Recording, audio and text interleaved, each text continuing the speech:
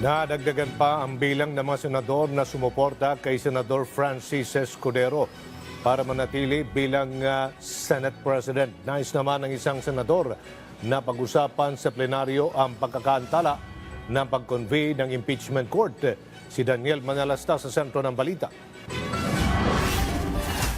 Habang papalapit ang pagbubukas ng sesyon ng 28th Congress, mukhang mas nagiging selyado na rin na si Senate President Chis Escudero ang pananatili sa pwesto bilang leader ng Senado. Ang estimate ko baka nasa 17 to 18 na siguro ang nakapirma, no, as of now. Nadagdagan dati kasi nung ang pirma ako nasa 14, 15 na eh. Sa mga may chance ako nakausap, mukhang KSP chista sila. Ang grupo naman nila Senador Bato de la Rosa na Duterte o Duterte 7 Block, well settled na raw na si Escudero ang susuportahan na maging Senate President.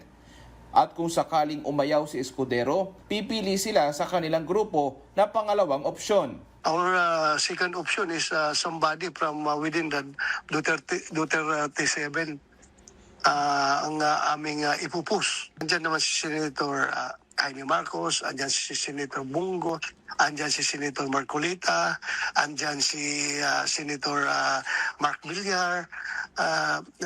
Anybody can become Senate President. Isa pa sa inaabangan sa pagbubukas ng sesyon ay ang impeachment.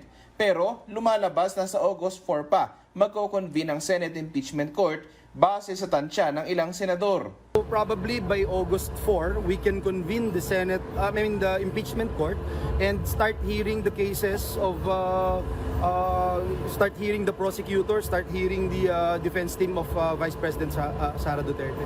Pero sabi ni Senador Panfilo Lacson, mukhang kakailangan nilang pag-usapan nito sa plenaryo at alamin ang sapat na basehan sa pagkakantala umano ng pagko-convene ng impeachment court. At saka pagbotohan, ano man daw ang mapagpasyahan ng mayorya ng mga senador, dapat itong sundin pero hindi raw dapat hadlangan kung may gustong magpaliwanag ng kanilang boto. Sabi naman ni Senador Kiko Pangilinan, hahanap sila ng klarifikasyon. Dapat daw walang pag-aantala sa aktwal na paglilitis.